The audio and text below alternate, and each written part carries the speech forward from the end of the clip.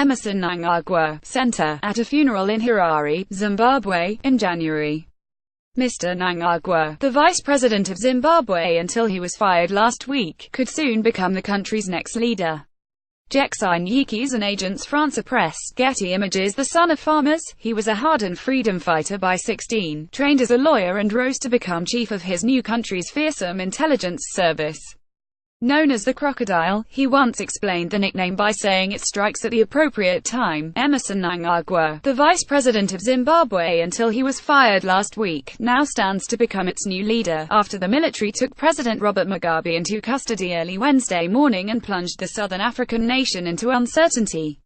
What role Mr. Mnangagwa, 75, played in what appears to have been a coup by his military allies is not yet known, but officials and observers of his rise to power say he shares some of Mr. Mugabe's traits. He is power-hungry, corrupt and a master of repression. His ruthlessness is legion, said Peter Fabricius, a South African journalist and one of many observers who fear that Zimbabwe is exchanging one strongman for another.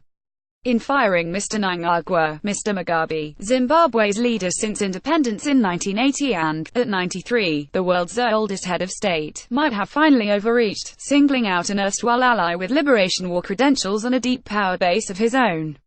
The firing was widely seen as paving the way for Mr. Mugabe's wife, Grace, to succeed her husband as president, but Mrs. Mugabe, widely disliked for her volatile temper and expensive tastes, has almost no support among the military officers and intelligence operatives who maintain a tight grip on the country. By the time of Mr. Mnangagwa's dismissal, the enmity between the vice president and Mrs. Mugabe had spilled into the open.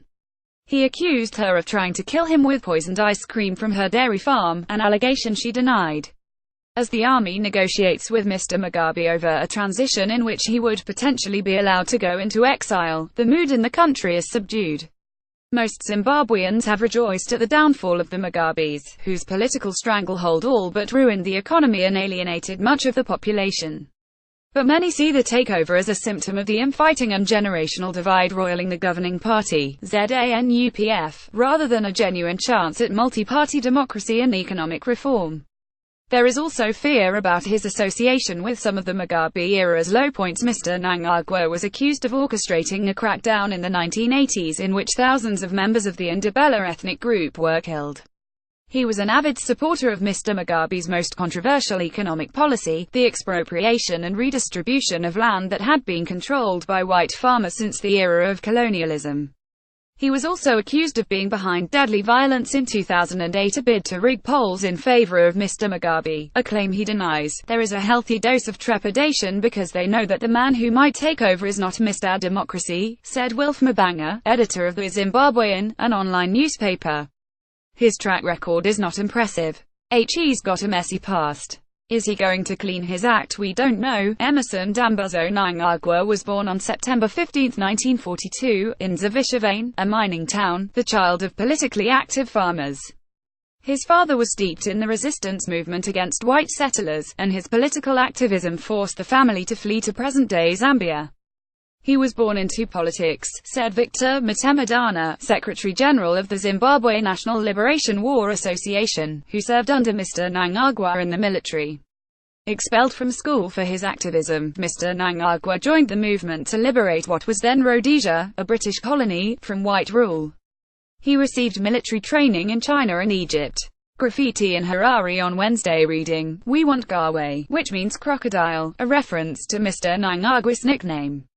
Agence France-Presse, Getty Images. At 16, he was part of a plot to blow up a railway line. His accomplices were summarily executed, but a priest appealed to the British to spare him on account of his age. He was instead given a 10-year sentence in prison, where he devoted himself to study. After his release, earned a law degree from the University of Zambia. He soon left the legal practice to join the liberation movement in Mozambique, then a Portuguese colony, where he met Mr. Mugabe and became his personal assistant and bodyguard. He was a commander during the War for Independence in the 1970s.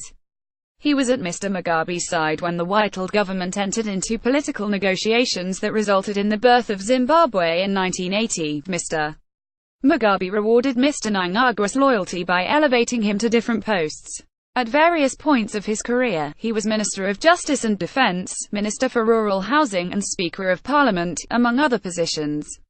While in charge of the Central Intelligence Organization in the mid-1980s, Mr. Mnangagwa was accused of orchestrating a brutal campaign known as Gukurahundi, the early rain that washes away the chaff before the spring rain, in which thousands of political opponents and civilians from the Ndebele ethnic group were killed, a claim that he has denied. He has been a central node in the web of relationships that connect the army, the intelligence agencies and the governing party.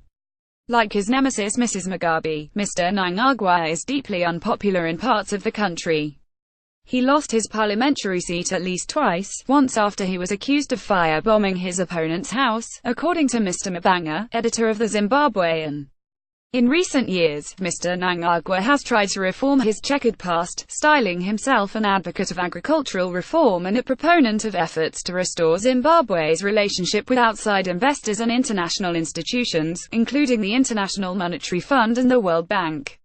In 2014, when Mr. Mugabe removed Joyce Mujuru, then vice president, in circumstances similar to Mr. Mnangagwa's later dismissal, he defended the president's decision. Mrs. Mujuru went on to form an opposition party. "It is not for nothing that he is known as Gwenya," said Mr. Fabricius, the journalist, using the Xhosa word for crocodile. He didn't ride off into the sunset to launch yet another opposition party, or just retire from politics to make even more money, as many had expected, Mr. Fabricius said. The relationship with the Mugabes began to sour this year, after Mrs. Mugabe began to make an increasingly open bid to succeed her husband. She accused him of plotting a coup, and he accused her of trying to kill him. Although the latest military action was set off by his firing, reports are emerging that it had been planned several weeks earlier, with senior military officers consulting South African and Chinese officials. Mr. Mnangagwa's allies received assurances by South Africa that it would not intervene as long as the action did not spill over beyond its borders, according to Africa Confidential, an online journal. The origins of the nickname crocodile are not clear.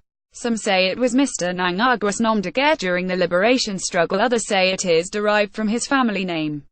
In a phone interview, Mr. Mtemudana, the military veteran, elaborated on the nickname. "A crocodile patiently waits for his target, pretending to be a rock," he said. "At times you think he doesn't react, or doesn't have any solution to what is happening. He doesn't show irritation until the optimal moment and then he strikes. And when he does, he doesn't miss his target. Everyone who gets into politics knows that the moment you join, you don't join to be the last name, you join with the hope that you'll come out first," he added. Regarding the latest developments, after a long career, Mr. Mnangagwa has been patient for a very long time. As his commander, Mr. Mtemudana said Mr. Mnangagwa was one of the most polite, tolerant, very down-to-earth persons that I have ever met. Follow Kimiko de Freitas Stamara on Twitter at Kimma de Freitas. A version of this article appears in print on November 17, 2017, on page A8 of the New York edition with the headline "The Crocodile Poised to Lead Zimbabwe."